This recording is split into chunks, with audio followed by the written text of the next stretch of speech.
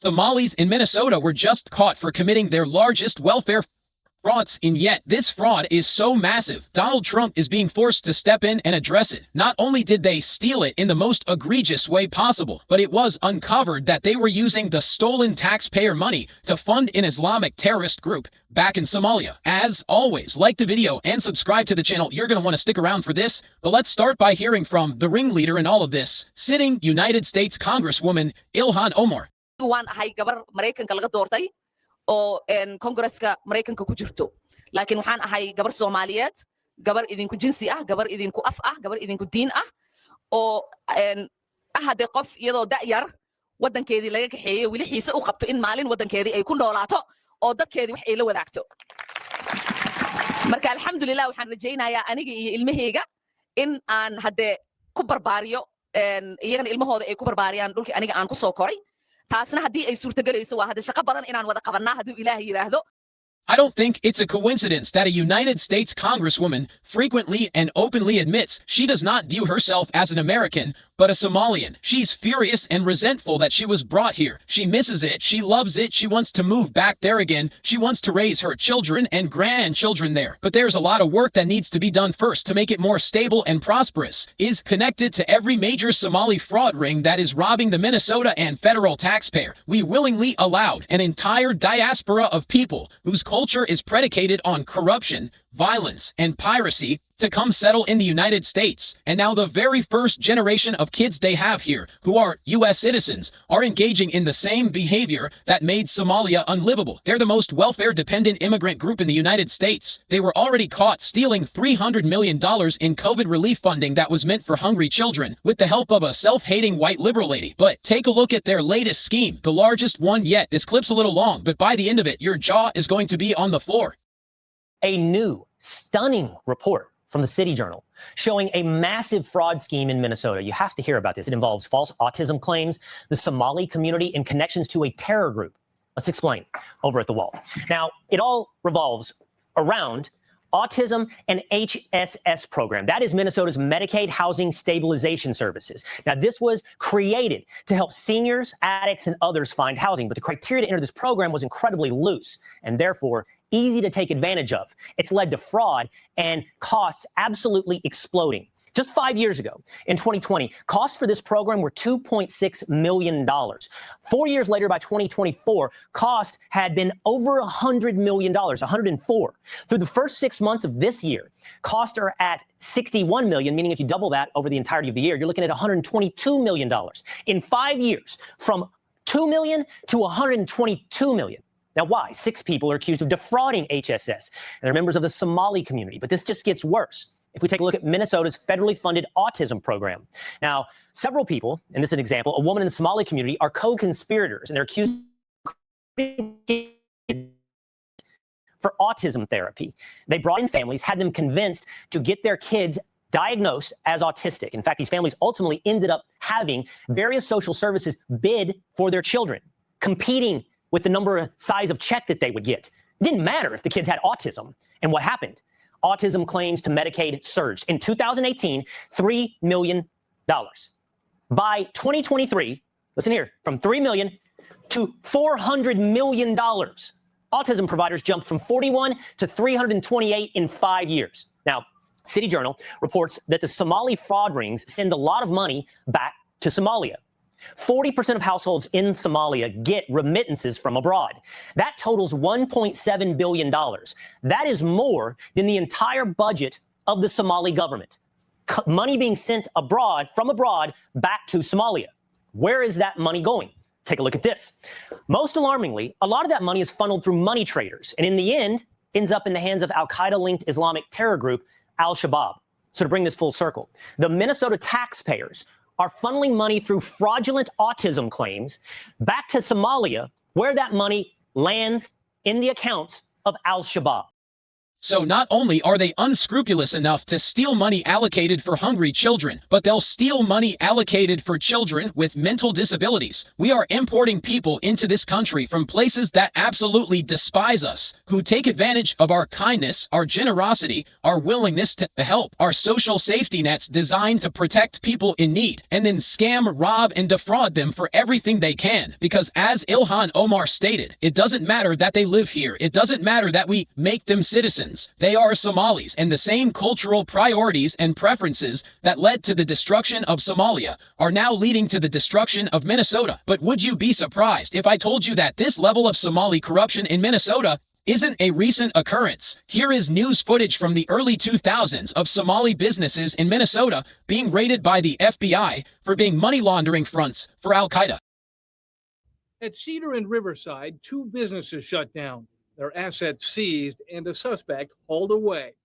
That suspect may be Garad Jama, the only Twin Cities individual targeted by customs agents in the raid.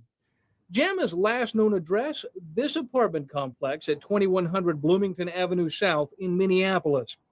A block away from the first raid, 2 more businesses raided and shut down.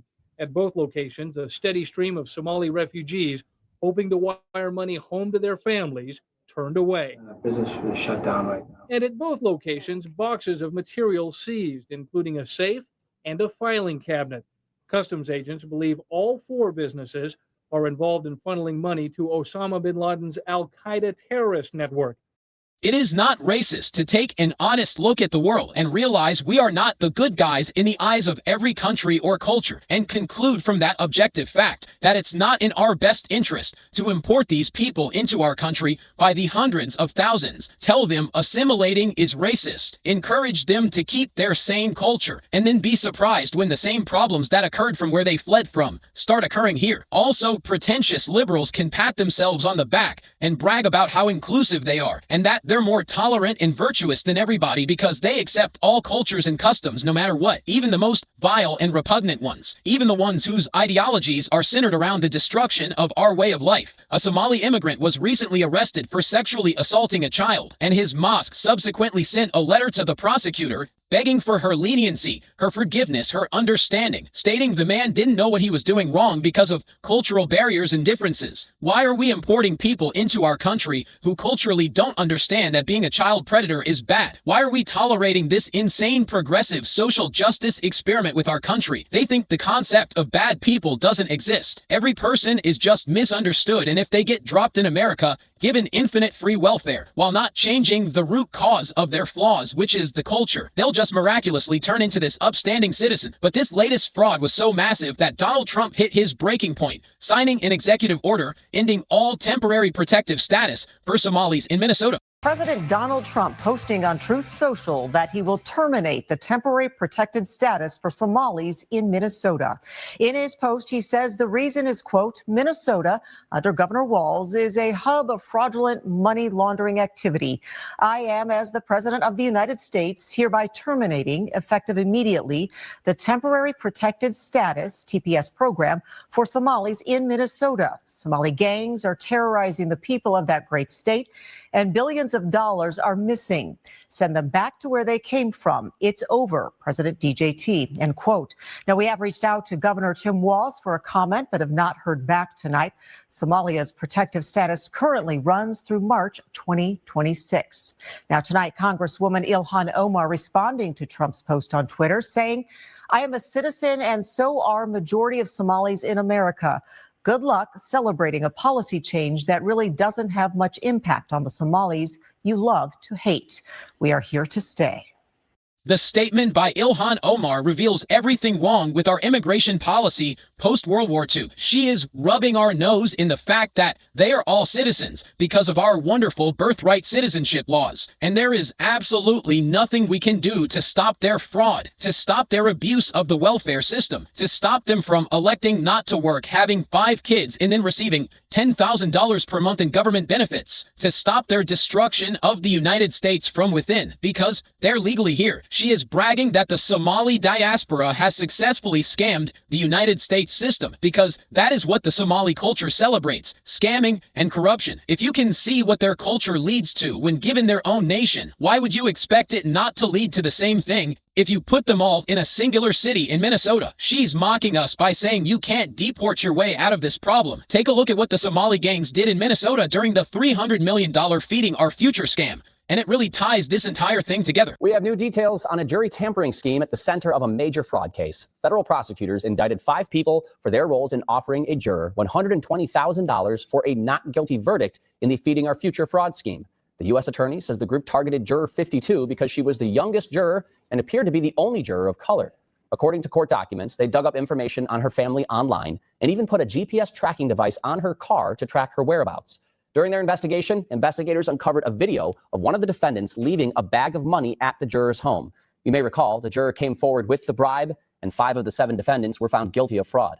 They were convicted for stealing millions of dollars from the government meant to feed hungry kids during the pandemic. Tracking people, witness tampering, bribery, bags of cash. The entire Somali community in Minnesota is one big crime racket. They use their businesses for fronts. They put politicians in places cover. They create policies that funnel taxpayer money into the pockets of Somalis. They then turn around and send that money back to Somalia to fund Islamic terrorism against America. And even after all of this, here is the Minneapolis police chief apologizing to the Somali community if they feel singled out and targeted by all of these fraud investigations. Oh yeah, and he has a Somali translator. Take a look. community hadda caruurteena inaan garab istaagno chiefkana waa u baahannahay anagana waa isku baahannahay عشان oo kamid ah odayaasha community Soomaaliyeed iyo waalidiinta magaaladan degan ilmaha ku koriyay. The Somali community here in Minneapolis has been welcoming and has shown love towards me, and I appreciate it. Over the last 3 years, we have been working together to try and address some of the real serious problems that we have in our community. We have to be honest at times with the problems that we're having in our community, and we need our community to help us fix those problems together because it's real and it's serious.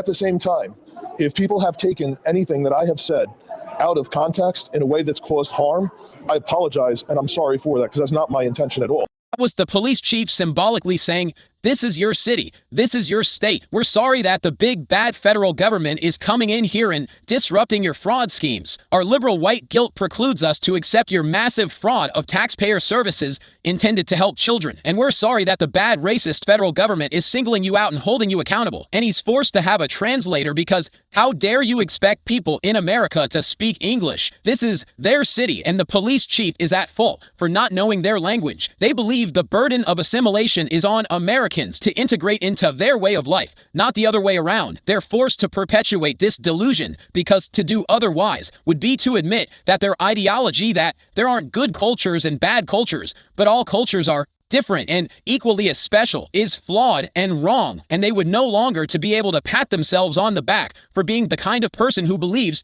no human being is illegal on stolen land. But let me know what you guys think down in the comment section below. If you enjoyed the video, make sure you hit that like button. Make sure you subscribe to the channel if you have not already. Turn on those notification bells so you never miss